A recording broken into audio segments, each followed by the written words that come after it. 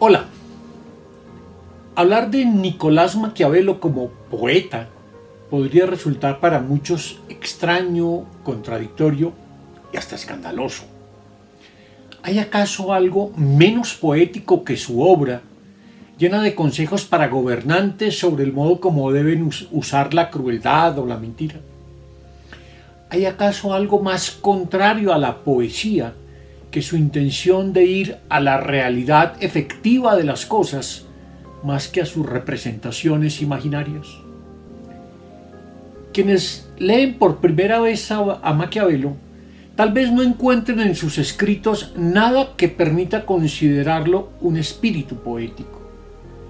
Sin embargo, quienes conocen su vida saben muy bien que contra todo lo que se piensa hay en su vida y carácter una inclinación poética, y en sus escritos un elemento poético y romántico.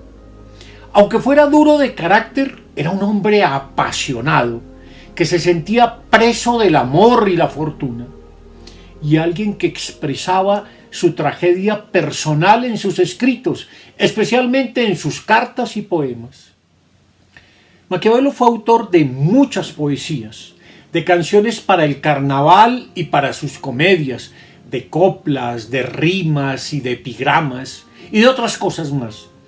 Exaltó en sus cantos el amor y la noche. Reflexionó en sus poesías sobre las pasiones que mueven el alma humana y, sobre todo, expresó en sus diversos escritos las contradicciones que vivimos todos los seres humanos.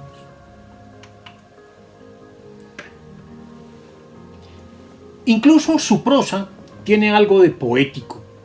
Hay pasajes en sus cartas y en obras suyas como El Príncipe y los discursos que, por la precisión con que usa las palabras y el ritmo que impone a su escritura, son auténticos poemas en prosa. Los dos últimos capítulos del Príncipe, por ejemplo, más allá de las ideas políticas o filosóficas que allí se defiendan, están escritos con una elegancia, un ritmo y una cadencia que bien podríamos considerar poéticas. Pero, ¿dónde podríamos leer los poemas de Maquiavelo? Algunos autobiográficos los tradujo Arocena en su colección de cartas privadas. Los poemas más históricos y filosóficos, sus decenales y los diversos capítulos, se pueden leer en la antología de textos de Maquiavelo elaborada por Miguel Ángel Granada, que recopila lo escrito antes de El Príncipe.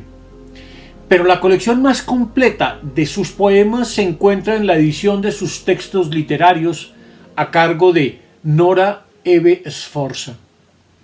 Más adelante leeré algunos pasajes de su poesía para que veamos su variedad.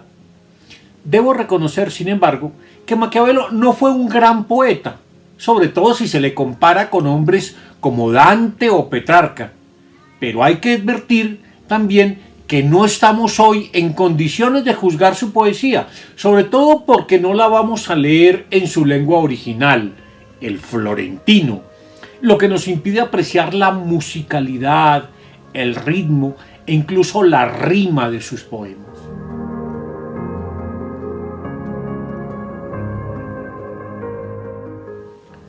La poesía ocupa un lugar de primer orden en la vida y obra de Maquiavelo. No hay que olvidar que fue un asiduo lector de poesía, como se muestra en sus cartas e incluso en sus obras teóricas, por el uso que hace de pasajes de Dante y Petrarca, así como de poetas latinos como Ovidio y Lucrecio.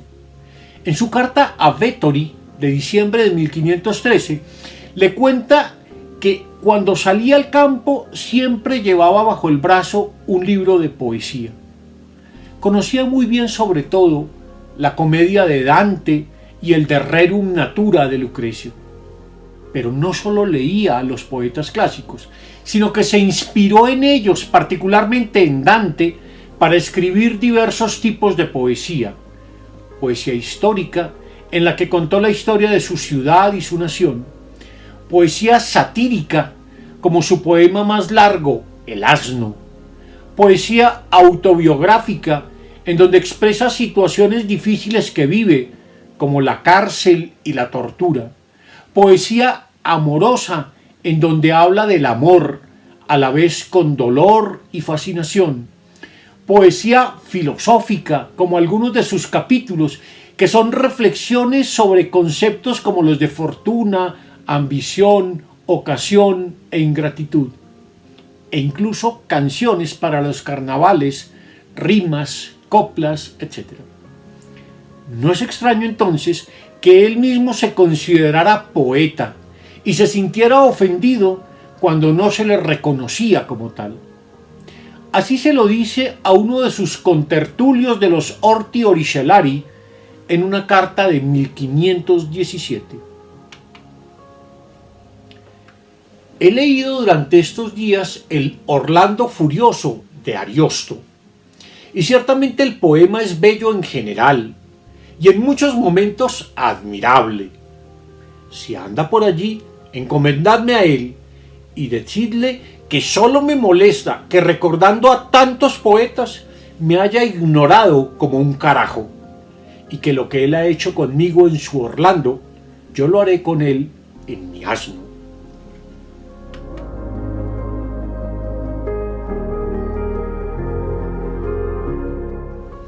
Voy a leer a continuación algunos poemas de Maquiavelo. De los más largos solo podré leer pequeños fragmentos. Los cortos los leeré completos. Usaré traducciones diversas según me parezcan mejor logradas. Y voy a empezar por el que tal vez sea el primer poema suyo que conservemos y que debió escribir entre 1492 y 1494, una época en que todavía Florencia estaba bajo el gobierno de los Médicis. En él muestra su temprana inclinación poética en la línea de los dos grandes poetas italianos, Dante y Petrarca, y recogiendo un motivo muy común en la época, tanto en Italia como en otros países, el de la literatura pastoril. Se le conoce como el capítulo pastoral o como la canción pastoral, y suenan así sus primeros versos. Luego que a la sombra de este laurel veo pacer en torno mi rebaño, voy a comenzar más alto trabajo. Si alguna vez, dulce fístula, tu sonido hizo rodar las piedras, movió las plantas, paró los ríos y sosegó los vientos, muestra ahora tu valer unido y tanto que la tierra quede alegre y admirada y sonríe el cielo a nuestros cantos. Aunque otra voz querrías y otro estilo, pues al loar tanta belleza en pleno, conviene que surja más alto ingenio. Un joven celeste y no terreno, de modales excelsos de divinas costumbres, merece recibir las loas de hombre divino. Pero Maquiavelo escribió también poesía histórica. Se les conoce como sus decenales, por recoger 10 años de historia florentina e italiana. El primer decenal resume poéticamente dicha historia entre 1494 y 1504. El segundo decenal, que debía recoger la historia entre 1504 y 1514, quedó inconcluso. Se trata, estos decenales, de poemas rimados y en tercetos, según el modelo establecido en la Comedia de Dante. En ellos no solo se nombra personajes muy conocidos, reyes, papas o Savonarola, César Borgia, sino que se relatan eventos históricos significativos, y además Maquiavelo se permite hacer allí juicios históricos y políticos sobre Florencia y sobre Italia en general. Es cierto que la poesía histórica no suele ser la mejor, ni en Maquiavelo ni en muchos otros, pero estos poemas son importantes más como documentos históricos que como creaciones propiamente poéticas. Sus decenales son sin duda una fuente interesante para comprender tanto su mirada histórica como su intención poética, a pesar de que no tengan la calidad estética que sería deseable. Y a Maquiavelo le gustaba también la poesía popular. Escribió canciones, rimas y otras cosas. Veamos un ejemplo, el del canto de los diablos echados del cielo, escrito para el carnaval de 1502. Allí nos recuerda aquello de que los diablos son unos ciertos ángeles caídos y por eso mismo nuestros compañeros de desgracias en épocas festivas, como las del carnaval. Obsérvese en él su espíritu de hedonista. Dice así: entonces fuimos, ya no lo somos, espíritus beatos. Por nuestra soberbia hemos sido del cielo arrojados y en esta ciudad vuestra hemos tomado el gobierno. Porque aquí claramente se muestra confusión y más dolor que en el infierno. Y hambre y guerra y sangre, hielo y fuego, sobre cada mortal hemos puesto en el mundo poco a poco. Y en este carnaval venimos a estar con vosotros, pues de cada mal principio hemos sido y seremos. Este es Plutón y Proserpina es aquella que a su lado yace, mujer sobre cualquier mujer del mundo bella. Amor todo lo vence, pero venció este que jamás reposa, para que cada uno haga lo que él ha hecho. Cada alegría y cada pena de amor es por nosotros generada, y el llanto y la risa y el gozo y el dolor. Quien enamorado esté, siga nuestro querer y será satisfecho, pues de cada mal tomará placer.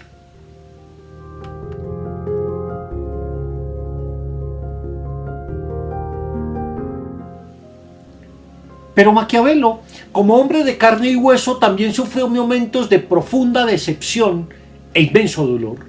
El más conocido de todos a raíz de lo sucedido entre finales de 1512 y comienzos de 1513, cuando fue destituido, multado, acusado, condenado, encarcelado y torturado. Estando preso, escribe este poema dirigido a Giuliano de Médicis. Al escucharlo, tengamos en cuenta que está escribiendo un hombre encarcelado y que lo que nos describe, los olores fétidos, los insectos, las torturas y hasta los cantos, solo tiene sentido por el lugar en que se encuentra, la cárcel. Escuchemos la queja de Maquiavelo como preso torturado. Tengo por ligas las piernas bien sujetas, las espaldas marcadas por 6 cuerdas, sin contaros, Giuliano, otras miserias, que así se trata ahora a los poetas. Los piojos que recorren las paredes, mariposas parecen por panzones, y tanto es el olor de los rincones que a Roncesvalles y a Cerdeña excede el perfume de este aposento bello. No habría más barullo si en la tierra tronara Júpiter y todo Mongibelo. Al uno se encadena, al otro se deshierra, chirrian llaves, candados y cerrojos. Alguien grita que estoy lejos del suelo. Pero de todo, lo que más me aterra es que durmiendo y cerca ya la aurora, escucho esta salmodia, por voce ora. Que se vayan al diablo en buena hora, que tu piedad recuerde mi martirio, y libera este reo, Padre mío. Y Maquiavelo también se sentía perseguido por la fortuna. Son continuos los lamentos que leemos en sus cartas, poemas y otros escritos. Él percibe su vida como una mezcla de muchas cosas: llanto, risa, miedo, dolor, angustia, y la describe como algo tragicómico. Veamos este poema, que se conoce como estanza. Espero, y el esperar aumenta mi tormento. Lloro y el llorar ahonda más las penas. Río y el reír no pasa a mis adentros. Ardo y el arder no se revela afuera. Yo temo lo que veo y lo que siento. Viene un dolor con cada cosa nueva. Así esperando río, ardo y lloro, y siento miedo de cuanto miro y oigo.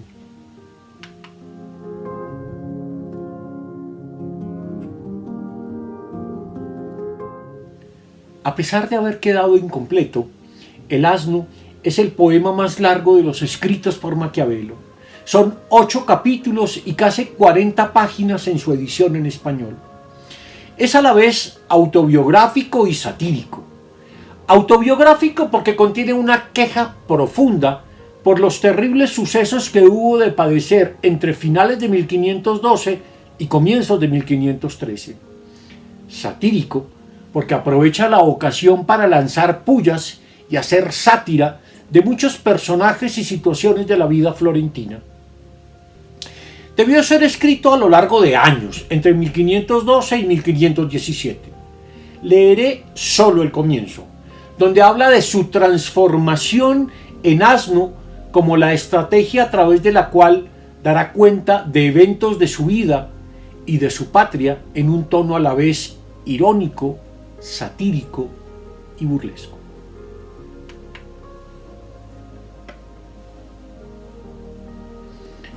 Si la fortuna así lo quiere, cantaré aquí los variados casos, la pena y el dolor que sufrí bajo la forma de un asno.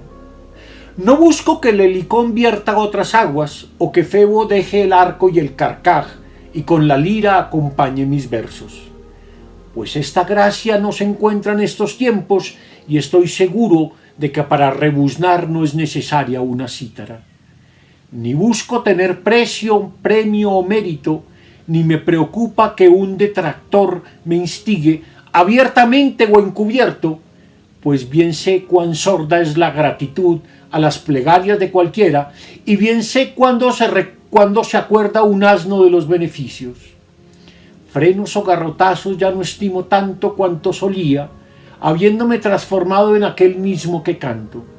Si también fuese posible que me frenase por mí mismo, más de lo que suelo, así me manda ese asno bajo el cual he vivido.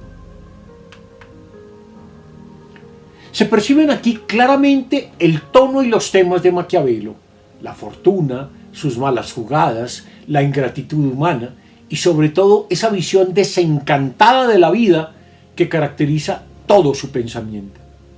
A través de la figura del asno se refiere a todo lo que le duele e incomoda del mundo en el que vive. Sobre sus aspectos estéticos, me limito a citar el comentario de la traductora al español de sus textos literarios. Dice Nora Eve Sforza, la traductora de los textos literarios de Maquiavelo al español. Es innegable que la alusión poética a su transformación asinina, a su descenso a los infiernos, si bien es cierto que proviene de lógicos préstamos, homenajes de y a Plutarco, a Apuleyo, a Dante y a Petrarca, trae también consigo un motivo de necesario desahogo personal.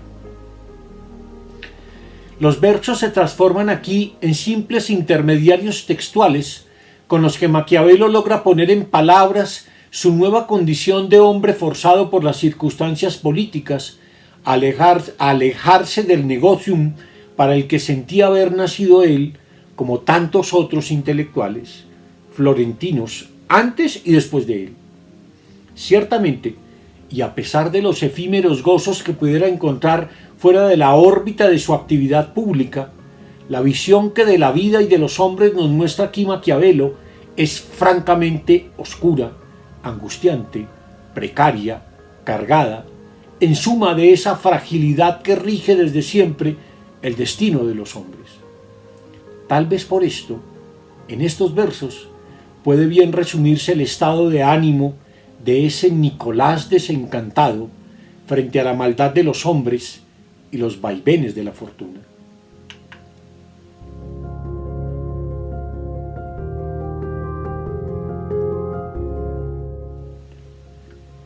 Maquiavelo fue conocido, además de por humanista y pensador político, por sus múltiples aventuras amorosas. A pesar de estar casado y tener hijos con Marietta Corsini, fueron muchas las amantes que se le conocieron y muchas las aventuras amorosas y sexuales de todo tipo que tuvo a lo largo de su vida, como él mismo lo confiesa sin sonrojarse en algunas de sus cartas. Pero una de sus amantes tuvo para él algo de especial. Una joven cantante, 40 años menor que él, de la que estuvo enamorado en los últimos años de su vida, Bárbara Salutati Rafacani. Para que ella las cantara, compuso las canciones de sus obras de teatro y para ella escribió poemas de amor como este, que se llama así, a Bárbara. Si mi inmenso deseo fuese al valor conforme, despertaríase la piedad donde ahora duerme. Mas porque iguales no son las fuerzas al deseo, nacen todos los males que siento, oh Señor mío. Ni dolerme puede de vos más de mí mismo, ya que veo y confieso como tanta belleza ama a la más verde edad. Y si en este poema habla un viejo verde, que sabe que sus deseos no se adaptan a sus fuerzas, en este otro lo que habla es la propia Bárbara, rendida a la fuerza del amor. Oigamos a instancias de Bárbara. Amor, siento el alma arder en el fuego donde yo feliz ardo, y más que nunca de arder deseo. Si tú el corazón me reenciendes y yo estoy feliz y regreso humildemente al yugo antiguo, haz que mi Señor parte del fuego sienta, donde yo toda ardo y mis pensamientos nutro, haz que ponga en el olvido mi fuga y dile de nuevo mi deseo. Si con tu santo valor hacer puedes, amor, que siempre le parezca que yo haya vivido en este fuego, yo estaré tan contenta que en las más crueles circunstancias el vivir me dará alegría y el morir chanza. Y siempre el canto mío a él llamará Señor y a ti mi Dios.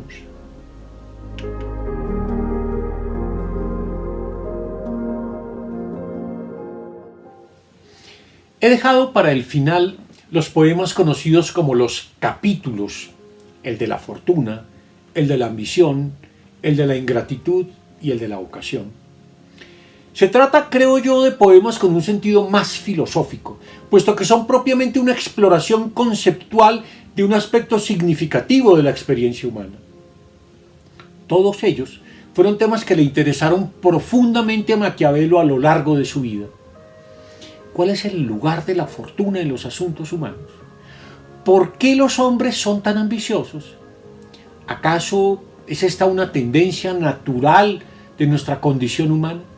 ¿Por qué los hombres son ingratos? ¿A qué se debe esa mala condición? ¿En qué consiste la ingratitud? ¿De dónde proviene? Y sobre todo, ¿cómo hemos de utilizar la ocasión para lograr nuestras empresas? Estas fueron algunas de las preguntas filosóficas que siempre le inquietaron. Y estos poemas son un lugar para buscarles respuesta. Escuchemos. ¿Con qué rimas o con qué versos cantaré alguna vez del reino de la fortuna y de sus casos prósperos y adversos? Y cómo injuriosa e inoportuna, según es aquí por nosotros juzgada, bajo su trono reúne ella a todo el mundo. Tú no puedes temer, Giambattista, ni debes de ningún modo tener miedo de otras heridas que las de sus golpes, pues esta voluble criatura suele con mayor fuerza oponerse allí donde ve que la naturaleza es más fuerte. Frente a su natural poderío se esfuerza el hombre y su reino es siempre violento si una excesiva virtud no lo debilita. Por ello te ruego que te haga feliz considerar un poco estos versos míos, si hay algo dentro de ellos de ti digno. Y mientras tanto la cruel diva dirija hacia mí sus ojos feroces y lea aquello que ahora canto sobre ella y su reino. Y aunque esté sentada más alta que todos, mande, oh reina, impetuosamente que no sé cantar sobre su estado. Esta por muchos es llamada omnipotente, pues quien quiera que a esta vida llega, o más tarde o más temprano, su fuerza siente. Y del capítulo de la ingratitud, retengamos estos versos en que nos cuenta, a partir de imágenes provenientes de la mitología, cuál es el origen de esta cualidad tan propia de la condición humana. Cuando desaprobaron el cielo y las estrellas, la gloria de los vivos, por despecho nació entonces en el mundo la ingratitud. Fue hija de avaricia y de sospecha, nutrida en los brazos de la envidia, vive en el pecho de príncipes y reyes. Aquí anida su principal trono y con el veneno de su perfidia tiñe el corazón de los otros, por lo que por todas partes este mal se siente. Pues cada cosa de su nodriza atraviesa y muerde el rabioso diente. Y si alguien primero feliz se llama, por el cielo benévolo y por sus alegres favores, no mucho después se retracta, apenas ve su sangre y sus sudores, y que su buen vivir, bien sirviendo, cansado, con injuria y calumnia, se restaura.